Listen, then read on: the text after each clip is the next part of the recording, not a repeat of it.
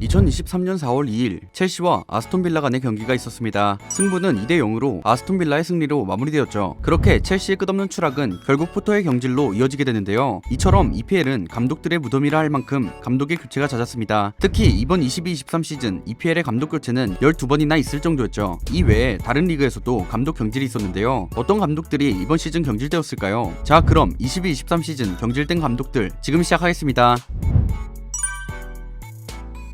첫 번째는 첼시의 토마스 투엘, 그레이엄 포터입니다. 이번 시즌 가장 격변을 맞이한 팀은 바로 첼시였습니다. 우크라이나 전쟁으로 인해 기존 구단주였던 로만 아브라모비치가 구단주 자격을 박탈당하고 토드 보엘리 체제로 전환되었는데, 바뀐 구단주는 이적 시장에 엄청난 투자를 하며 기대를 모았죠. 하지만 22-23 시즌 첼시는 시즌 초반 3승 1무 2패로 6위를 하며 부진한 모습을 보이다가 챔피언스 리그 1차전이 끝나자 토마스 투엘 감독을 경질하는 초강수를 두었습니다. 경질의 이유는 보드진과 투엘 간의 소통 방식 때문이었죠. 투엘 경질 이후 브라이튼에서 괜찮은 모습을 보여주던 그레이엄 포터 감독을 선임하였는데요. 하지만 첼시는 이후 처참하게 침몰하였습니다. 포터는 첼시의 감독으로 있는 동안 31경기 12승 8무 11패라는 첼시 역대 최악의 성적을 내고 말았죠. 결국 2023년 4월 포터와 상호 합의하에 계약을 해지하면서 포터와의 동행은 1년을 넘기지 못하고 마무리되었습니다.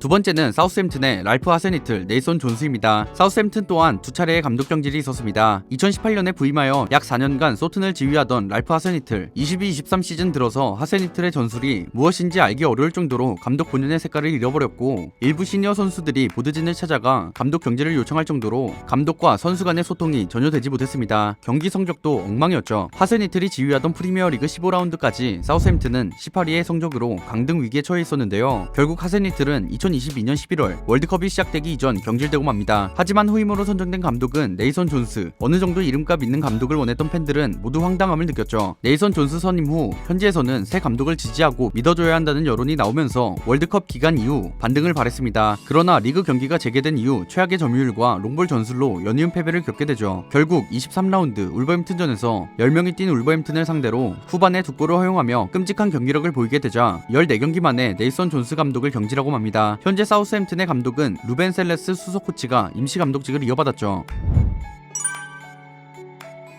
세 번째는 토트넘의 안토니오 콘테입니다. 2021년 성적 부진으로 경질된 누누 산투의 후임이었던 콘테, 2021년 인테르를 이끌고 리그 우승을 차지하는 등 엄청난 모습을 보여준 덕분에 콘테에 대한 기대치는 올라가고 있었죠. 21-22 시즌 중위권에 머물러 있던 토트넘을 반년 만에 반등시키며 토트넘을 3년 만에 챔피언스 리그로 복귀시켰습니다. 토트넘은 콘테에게 전폭 지원을 해주며 트로피를 들어올릴 수 있을 것이라 기대했는데, 콘테의 전술은 간파되었고 케인을 제외한 공격진은 저번 시즌과 같은 폼을 못 찾고 있죠. 게다가 사우스햄튼과 경기가 끝난 후 콘테 감독은 선수들은 매우 이기적이며 클럽과 선수들은 타이틀을 위한 열망이 없다고 구단 전체를 비판했습니다. 결국 콘테는 토트넘과 상호 계약 해지를 하며 토트넘과의 동행은 막을 내리고 말았죠. 네 번째는 리즈 유나이티드의 제시 마치입니다. 잘츠부르크, 라이프치히를 거쳐 2022년 리즈 유나이티드와 계약한 마츠. 21-22 시즌 기적적으로 리즈를 잔류시키는 데 성공하였죠. 그리고 다가온 22-23 시즌 초반 상당히 좋은 출발을 알렸는데요. 하지만 4라운드 시즌 첫 패배 이후 계속해서 연패를 기록하여 경질 여론까지 생성되었습니다. 물론 이후 리버풀전 1대2 승리를 만들면서 여론이 조금 사그라들었습니다. 그렇게 전반기는 15위로 마친 리즈. 하지만 후반기에 들어서자 17위까지 순위가 떨어지더니 결국 제시 마치는 2월 6일 경질되고 말죠. 다섯 번째는 아스톤빌라의 스티븐 제라드입니다. 레인저스에서 4시즌을 소화하고 2021년 아스톤빌라의 감독직으로 선임된 제라드, 2015년 리버풀을 떠난 이후 다시 감독으로서 프리미어리그에 복귀하게 되었는데요. 시즌 초반 활약이 괜찮았으며 딘 스미스 시절 문제점으로 지목되었던 수비 문제가 빠르게 안정되었죠. 하지만 이후 부진을 면치 못하면서 저번 시즌보다 낮은 순위인 14위로 시즌을 마무리하게 되었습니다. 22-23 시즌이 시작되고 리그 초반부터 부진에 빠지면서 경질설이 돌고 있었는데요. 12라운드 플럼전에서 PK 허용, 퇴장, 자책골이 모두 나오면서 결국 경질되고 맙니다.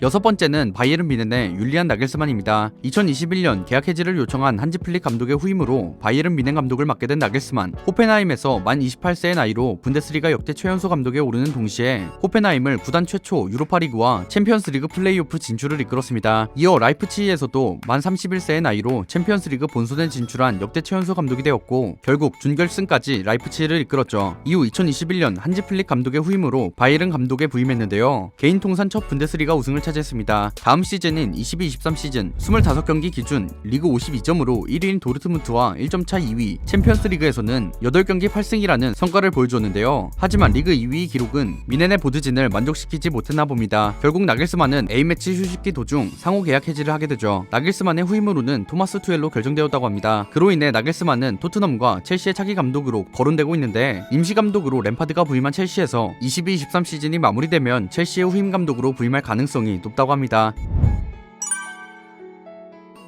7번째는 레스터시티의 브랜던 로저스입니다. 레딩의 유스팀 감독을 맡다가 와포드와 레딩에서 첫 1군 감독을 맡기 시작한 로저스, 이후 스완지 시티의 감독에 부임하게 되는데요. 챔피언십에서 스완지를 3위까지 끌어올리고 플레이오프까지 이기면서 웨일스팀 최초의 EPL 승격이라는 쾌거를 이뤄내게 됩니다. 이후 리버풀의 감독직에 부임하고 13-14 시즌 리그 2위로 리버풀의 부활을 이끄는 듯 했지만 14-15 시즌 챔피언스 리그 진출에 실패하며 다음 시즌 경질되고 맙니다. 이후 18-19 시즌부터 레스터시티의 새 감독으로 부임하게 되는데요. 1호16 시즌 리그 우승 이후 침체기에 빠져있던 레스터시티를 다시 유럽 대항전 진출권까지 올리게 됩니다. 하지만 현재 22-23 시즌 레스터는 처참할 정도로 망가졌습니다. 29경기 기준 리그 순위는 강등권이 19위에 달하고 심지어 FA컵에서는 2부 리그 블랙번 로버스에게 패하면서 구단을 향한 팬들의 여론은 험악해지고 말았죠. 결국 로저스는 4월 2일 상호 합의하에 계약을 해지하게 됩니다. 8번째는 크리스탈 팰리스의 파트리크 비에이라입니다. 아스날의 무패 우승의 주역인 비에이라, 맨체스터 시티 유스 감독 경력을 시작으로 뉴욕시티, 니스의 감독을 맡다가 로이 호지슨의 후임으로 크리스탈 팰리스에 선임되었는데요. 21-22 시즌 12라운드까지 7경기 무패 행진, FA컵 준결승 진출을 이끌게 됩니다. 그렇게 리그 12위로 마무리하면서 크리스탈 팰리스의 재기를 노리게 되었죠. 하지만 22-23 시즌 리그 초반에는 최고의 경기력을 보였지만 겨울 이적 시장에 다소 아쉬운 영입을 보이면서 그 여파로 위기에 빠지게 되었는데, 1월까지 리그 순위 12위를 간신히 유지하고 있었지만 이후 2023년에 단 한 번의 승리도 거두지 못하면서 결국 27라운드 브라이튼전 패배 후 며칠 뒤 경질되고 맙니다. 9번째는 에버튼의 프랭크 램파드입니다. 첼시의 레전드 선수인 램파드, 2018년 챔피언십 소속 더비 카운티의 감독으로 부임하면서 감독 생활을 시작하게 되는데, 첼시 유스에서 일했던 경험을 토대로 2019년 첼시로 돌아오게 됩니다. 램파드의 첼시는 시즌 초반 어린 선수들을 주축으로 리빌딩이 급한 첼시를 잘 정비했다는 평을 받게 되는데, 2021 시즌 성적 부진으로 인해 경질되고 맙니다. 이후 램파드는 2022년 1월 에버튼의 지휘봉을 잡게 됩니다. 21-22 시즌 강등을 걱정해야 할 정도로 경기력이 나빠진 에버튼, 크리스탈 팰리스와 수년 경기에 0대2 열세를 딛고 후반전에만 3골을 몰아치는 저력을 발휘하며 에버튼은 잔류에 성공하게 됩니다. 하지만 이어진 22-23 시즌 리그 19위에 머물게 되는 최악의 부진에 빠지게 되는데, 결국 2023년 1월 램파드는 경질되고 맙니다. 그러나 이후 그레이엄 포터가 떠난 첼시의 임시감독직을 수락했다는 보도가 나왔는데요. 22-23 시즌이 마무리될 때까지 첼시로 복귀하게 되었습니다.